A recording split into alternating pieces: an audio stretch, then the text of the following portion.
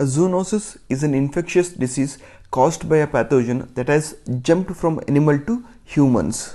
Now, besides the ongoing COVID-19 pandemic, there have been instances of the outbreaks of other zoonoses across the world. There was a swine flu scare and hantavirus scare in China, Ebola cases in Democratic Republic of Congo, and now the bubonic plague in Inner Mongolia region.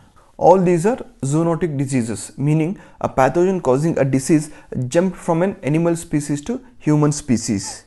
This word, that is zoonosis, isn't something new to the mankind, because 60% of all the infectious diseases we have had through history are zoonotic in origin, and also 75% of the emerging infectious diseases are zoonotic by origin. But how these zoonotic diseases are transmitted to humans? Basically, there are two ways in which these diseases can be acquired by humans, that is directly and indirectly. Directly, as in when a person is bitten by an infected animal directly. They can also be acquired indirectly in a number of ways. For example, a person might get bitten from a mosquito which has picked up a pathogen from the host. Likewise, a person might also come in contact with these pathogen containing fluids produced by an infected animal. And further, there are also chances that a person may consume foodstuffs contaminated with an animal derived pathogen. The next question we now have is, what determinants contribute to the emergence of new zoonotic agents?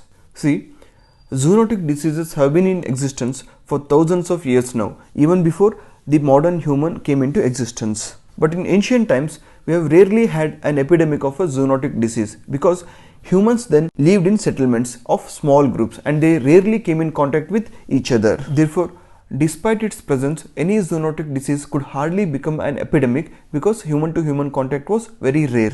But with the development of agriculture and the creation of settlements, the outbreaks started occurring more frequently. One good example for such an outbreak is the smallpox. However, we have successfully managed to eradicate the smallpox with intense vaccination programs. Now going further, along with agriculture, we also started domesticating other farm animals apart from dogs and cats. These included goats, pigs, sheep, camels and even horses. And now the time was completely ripe for an outbreak because all these animal species came in direct contact with human beings now, along with the reservoir of viruses they were holding so far in isolation. And from the end of the 16th century, through wars and trades, the endemic diseases started spreading to the newer countries, and such transmissions reached newer heights during the colonial times when the transportation became much easier.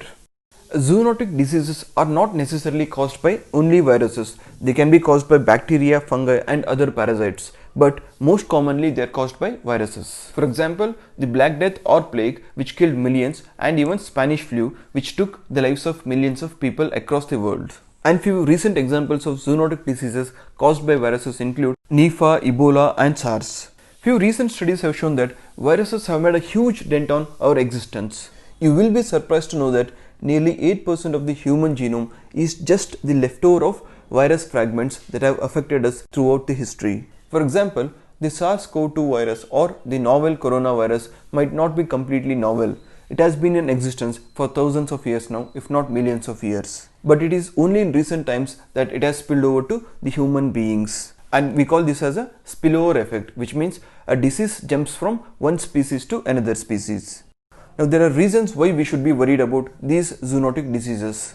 Recently, the United Nations Environment Programme has released a report known as Preventing the Next Pandemic, Zoonotic Diseases and How to Break the Chain of Transmission. The findings of this report definitely raises concerns among all of us. First and foremost, the report says that there is a growing risk of newer zoonotic diseases outbreaks like the COVID-19 being caused by unsustainable human activity. So as per this report, the key driver behind the growth of such zoonotic diseases is the human being.